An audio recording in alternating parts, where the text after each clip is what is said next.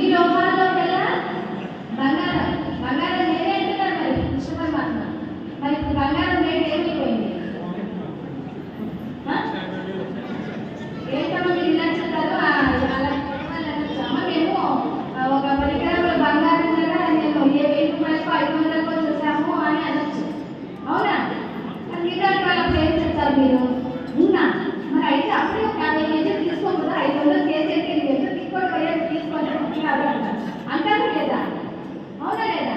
అలాగే కృష్ణ పరమాత్మ కూడా అన్ని లోహాలలోకి వెళ్ళాలి బంగారాన్ని కూడా చెప్తున్నారు. కృష్ణ పరమాత్మ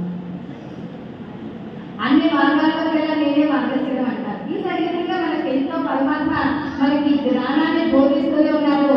కానీ మన వాళ్ళు మాత్రము దాన్ని తెలుసుకోలేకుండా పెడదారిన పెడుతూ వేరే మత గ్రంథాలకి చెడిపోతున్నారు, వేరే మతాలకి వెళ్ళిపోతున్నారు, వేరే గ్రంథాలకి చెడిపోతున్నారు.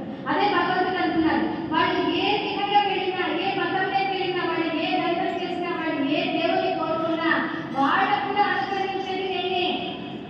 భగవంతుడు ఏం చెప్తున్నారు ఇక్కడ? కొంతమంది కాలంలో వేరే మతం ఆడిపోతున్నారు, చిన్న చిన్న దేవుళ్ళని ఆశ్రయిస్తున్నారు. కల్పవృక్షం లాంటి పెద్ద ఒకసారి ఏమైందంటే ఒక పెద్ద చెరువు ఉంది, ఒక పెద్ద నది ఉందండి. ఆ నది దగ్గర ఒక అతను ఏం చేశారంటే ఒక చిన్న గ్లాస్లో నీళ్లు పెట్టుకొని ఒక చిన్న స్పూన్ తీసుకొని ఆ చిన్న స్పూన్తో ఆ చేతిలోకి ఆ చిట్టి గ్లాస్లోంచి ఒక చుక్క ఇలా వేసుకోవడం తాగుతాం, ఒక చుక్క వేసుకోవడం తాగుతాం. ఇది ఒక చూశారు.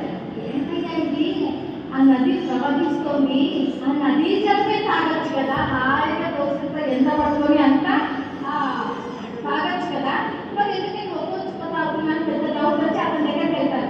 ఏమైనా అక్కడ నది పారుతోంది, ఆ